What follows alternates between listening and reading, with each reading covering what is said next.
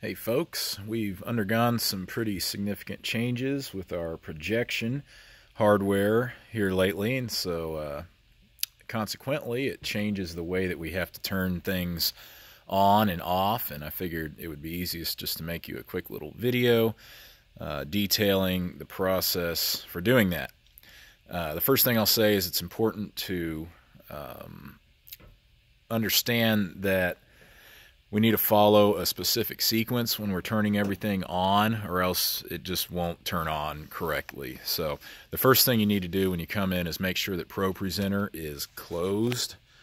If ProPresenter is open, whenever you do anything else, it just won't work right. So ProPresenter is closed. Now we want to turn the projectors on. This isn't as easy as just flipping the switch anymore, but almost. But what we do is we use the remote, which is in here, this guy, and we have an infrared extender hooked up here in the booth. That's what this thing is. We need to make sure the red lights are on. If they're not, it's because this button right here isn't pushed in. And then it shoots a wireless signal up to the projectors up there on the ceiling and tells them to turn on. So we'll just take this remote, point it at this extender, hit the power button, and it will turn the projectors on. You can usually hear the fans kick on the projectors, and it takes a little bit for them to turn on, and the left one always turns on first for some reason, and then several seconds later the right one will turn on as well. If you leave the projectors on like this, they will shut off after 1 minute because they don't have a signal coming to them.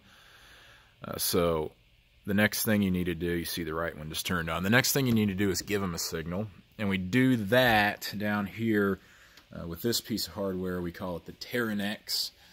And all the video signal from the projection computer runs through it up to the projectors. So all we do is we turn it on right here. Here's our power button. Just hold that in for a second. That'll turn it on. This thing takes a little bit to boot up.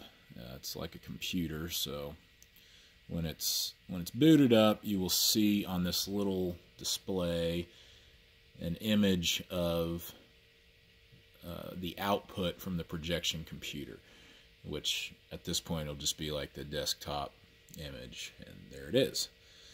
So now we're all turned on. Now we can open up ProPresenter, and things should run like normal from this point on. I will also show you, since we're getting rid of the old Kramer, we're losing our freeze and our blackout capabilities up here. However, we can still do it with the Teranex, and I'll show you how. With the Teranex, if we want to freeze or black out, we need to go to Home, which is this button right here. We hit that. We see these options pop up. Now we need to go to Output Options, and to select that, we hit this little button right here. And then you can see that we've got Input, which is just our standard just image from ProPresenter coming out. And then we've got Blackout, which will black the screens out.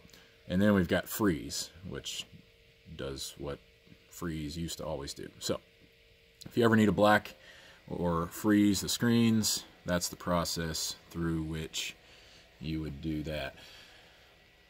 Now, as far as turning things off, all you have to do whenever you're done at the end of the day is hold the power button in on the Teranex for a couple seconds. Boom, it goes off.